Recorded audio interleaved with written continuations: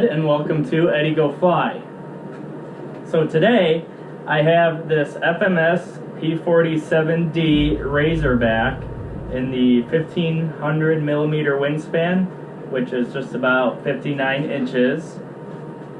So the color scheme is Pilot Major Bill Dunham and his plane Bonnie. So I just want to come out and say this is one beautiful aircraft. I mean, the scale detail that was put into the design of this is just astounding. I mean, so from tip to tail, this plane, you know, they spare no expense with the details. So the plane even comes with a bag, a drop tank, some bombs, some guns, an antenna that's supposed to go here. I didn't really want to mess with any of the bells and whistles until I get the plane flying and dialed in. So in this video, I will actually be flying it a little bit. I flew it earlier today, and boy, did it perform. So one of my favorite things about this plane is the propeller on the front. You know, it's kind of rare that you see a 4-blade propeller on a radio control airplane, and that's because for every blade you add, you lose efficiency. So that goes all the way down to 1 blade. Your most efficient blade, your most efficient propeller on an RC airplane is actually 1 blade, where you have a blade one way and a counterbalance weight on the other side. Now, you're never going to see that because it's hard to get a perfectly balanced 1-blade propeller, and they just look funny. So most of the RC planes you're going to see have 2 blades, and that's the reason why, the efficiency. So that's one thing I love about this plane. It's got the big 4-blade prop on the front and the scale spinner, and you know, with the painted tips, it looks amazing. When I had it up at the airfield, I had this thing just above an idle speed, and I was just admiring the big prop on the front of this plane. Now, another thing I really like about this plane is how easy it is to pull this hatch off. There's just a little bit of piece of tape here. Just pop it off, and there you have it. You have access to your battery, your receiver, servos, everything. It's all in there. Now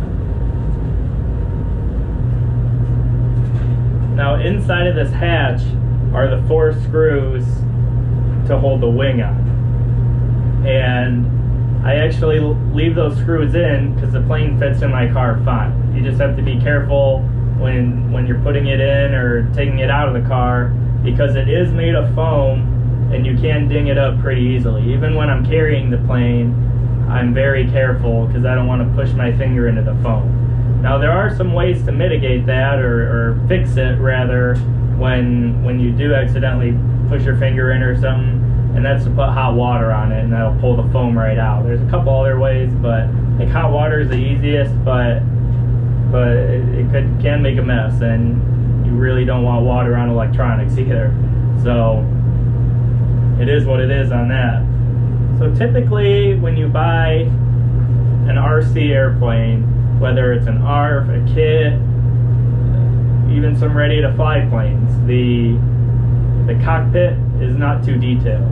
You have to glue your pilot in. You have to buy a kit for all the instrument clusters and gauges and all of that.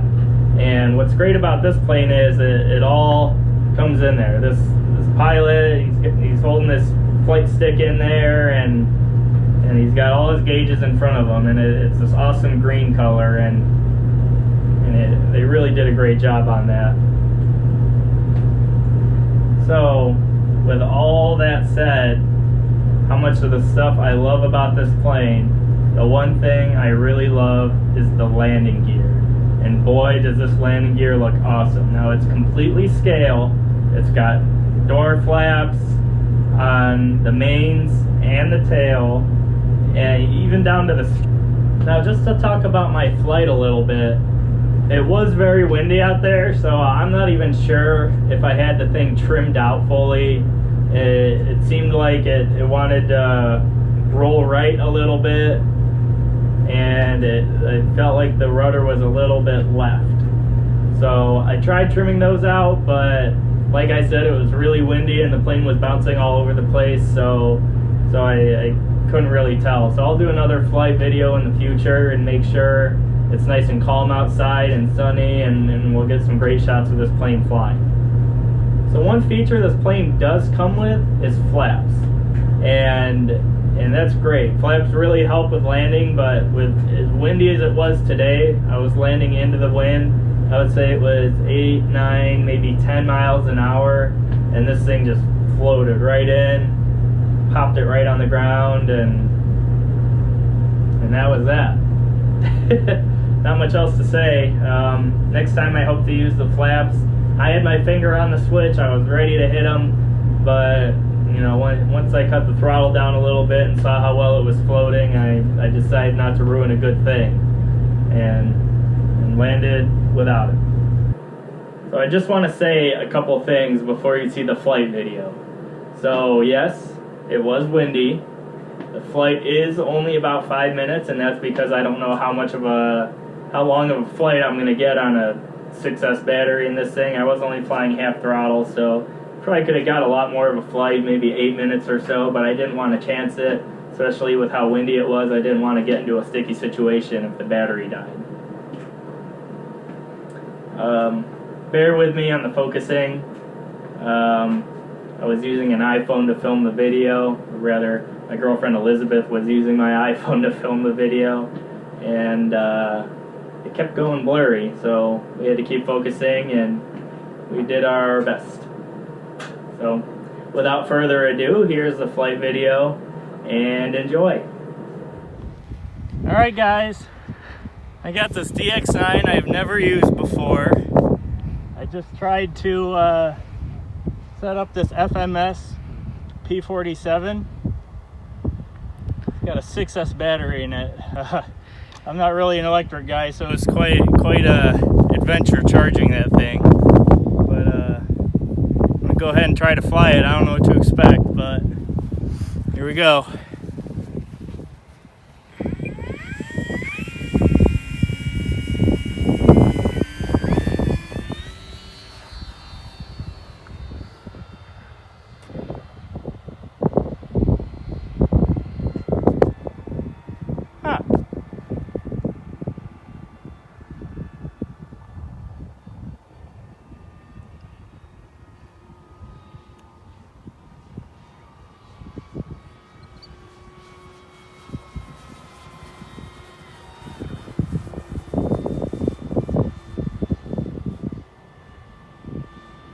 Flies pretty good.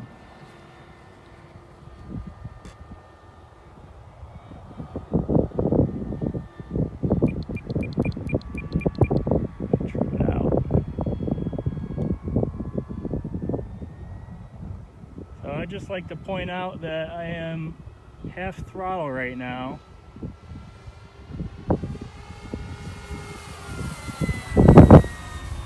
Man, this thing is quiet.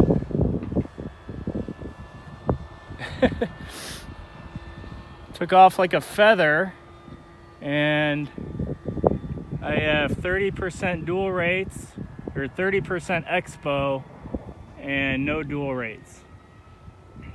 So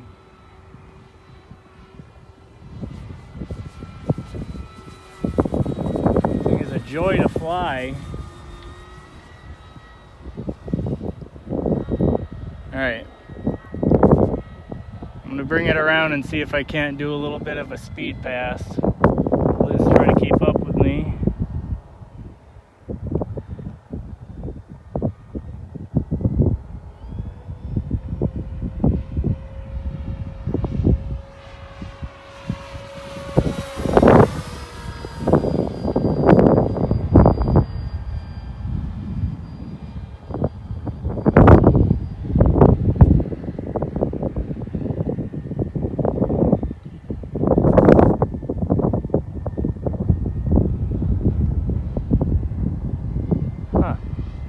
That's all I could say is, huh.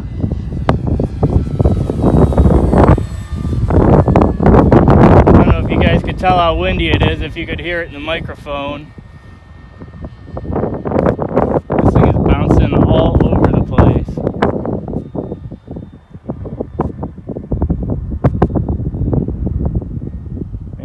good.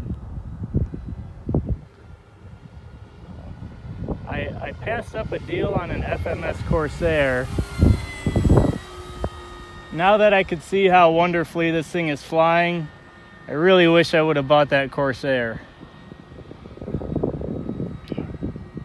I also realized that rudder is something you need to use a lot with warbirds. I've only flown a few warbirds. They're my favorite planes to fly, but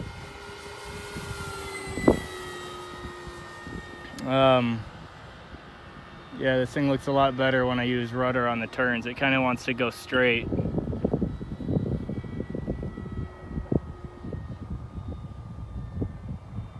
Sorry if my oval flight line is kind of boring anyone. I'm just getting used to this plane.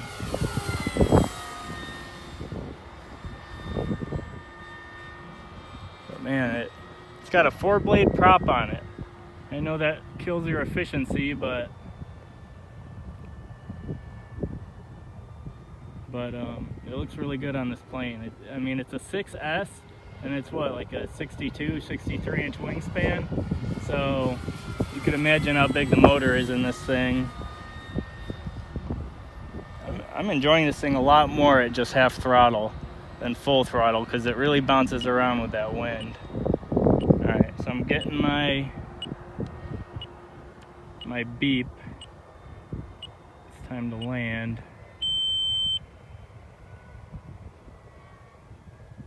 Go ahead and cut the throttle a little bit.